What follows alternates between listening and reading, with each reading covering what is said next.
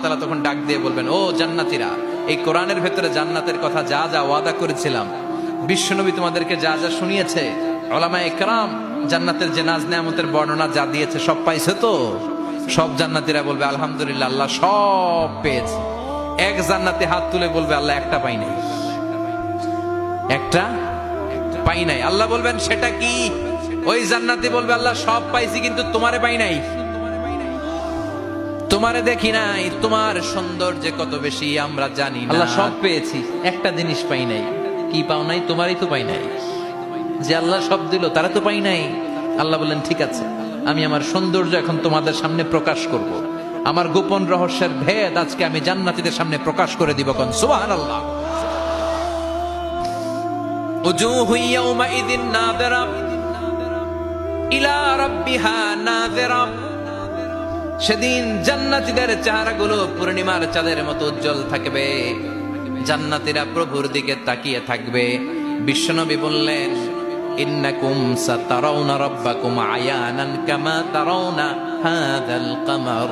নিশ্চয়ই তোমরা জান্নাতের ভেতরে তোমাদের রবকে সচক্ষে চাক্ষুষ তোমাদের দুটি চোখ দিয়ে দেখবে, যেমনি আজকের পূর্ণিমার রাতে চাঁদটাকে তোমরা দেখতে পাও। এই চাঁদের দিকে তাকালে চাঁদের সৌন্দর্য যেমনি দেখো, সেদিন চাক্ষুষ দুটি চোখ দিয়ে তোমরা আল্লাহ তাআলার সৌন্দর্য দেখবে। কোন সুবহানাল্লাহ। রব্বুল আলামিন বিশাল জান্নাতের ভেতরে এক কনফারেন্সের আয়োজন করবেন। বিশাল কনফারেন্স হলের ভেতরে আল্লাহ তাআলা ওনার গোপন রহস্যের প্রকাশ করে দিবেন, নিজের সৌন্দর্য জান্নাতীদের কাছে প্রকাশ করবে। লক্ষ লক্ষ নবীরা বসবে ওই কনফারেন্স রুমে। সবার সামনে থাকবে বিশ্বনবীর সিংহাসন। পড়েন সুবহানাল্লাহ। বিশ্বনবীর পরে বসবে অন্যান্য নবীরা, তারপরে সালিহিনরা, সিদ্দিকিনরা, শুহাদারা, তারপরে সব মুমিন বান্দারা। আপনারাও সেদিন থাকবেন ইনশাআল্লাহ। পড়েন। আমরা সেই কনফারেন্স রুমে না থাকলে কনফারেন্স জমবে? কথা কোন? আমাদের থাকাই লাগবে। যে কোনো মূল্যে কনফারেন্স রুমে আমরা ঢুকবো। চিল্লায় বলেন ঠিক কিনা? আল্লাহ তাআলা ৭০,০০০ নূরের পর্দার কথা আমরা বলি, এই বর্ণনাটা সহি না। হিজাব মে ওয়ারাইল হিজাব, পর্দার অন্তরাল থেকে। আসলে পর্দা যে কয়টা আল্লাহই জানে। ওই পর্দার অন্তরাল থেকে এবার আল্লাহ তাআলা কনফারেন্স রুমের সামনে এসে নিজের সৌন্দর্যের প্রকাশ ঘটাবেন। তিনি যে কেমন আমরা জানি না। লাইসা কামিসলিহি শাই, লাইসা কামিসলিহি শাই, কোনো কিছু তার মতো নয়, তিনি তার মতো। সুবহানাল্লাহ। পড়েন। আল্লাহ তাআলা পর্দার অন্তরাল থেকে এবার পর্দা প্রকাশ করে দিয়ে নূরের তাজাল্লি দেখাবেন। নূরের সৌন্দর্যের আলোকচ্ছটা ফোকাস করবেন জান্নাতীদের সামনে। এক সেকেন্ডকে ১০০০ ভাগ করলে হয় ১ মাইক্রো সেকেন্ড। ১ মাইক্রো সেকেন্ডকে ১০০০ ভাগ করলে হয় ১ ন্যানো সেকেন্ড। ১ ন্যানো সেকেন্ডের জন্য আল্লাহ তাআলা নূরের তাজাল্লির ঝলকানি দিবেন। ঝলকানি দিয়েই শেষ, আর সামনে নাই। কিন্তু ওই এক ঝলকানিতে আমরা পাগলের মতো ওই ঝলকানির দিকে তাকিয়ে থাকবো, এইভাবে তাকিয়েই থাকবো। কিন্তু সামনে কিন্তু আর নাই।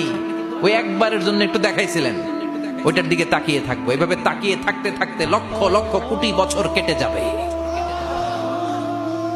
নবীরা তাকিয়ে থাকবে, ওলিরা তাকিয়ে থাকবে, সালিহিনরা তাকিয়ে থাকবে, শুহাদারা তাকিয়ে থাকবে, আমরা তাকিয়ে থাকবো। বছরের পর বছর, কোটি কোটি বছর পাগলের মতো এইভাবে থাকবো।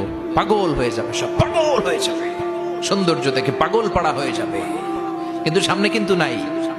এরপরে হুর গেলমান এরা এসে নবীদেরকে বলবে, ও নবীরা, ও অলিরা, আল্লাহর সৌন্দর্য দেখলেই চলবে, আমাদের কিছু হক আছে না? সুবহানাল্লাহ। পড়েন। আমাদেরকেও কিছু সময় দেন, জান্নাতের অন্যান্য নাজ নেয়ামত ভোগ করতে হবে। আসেন আসেন।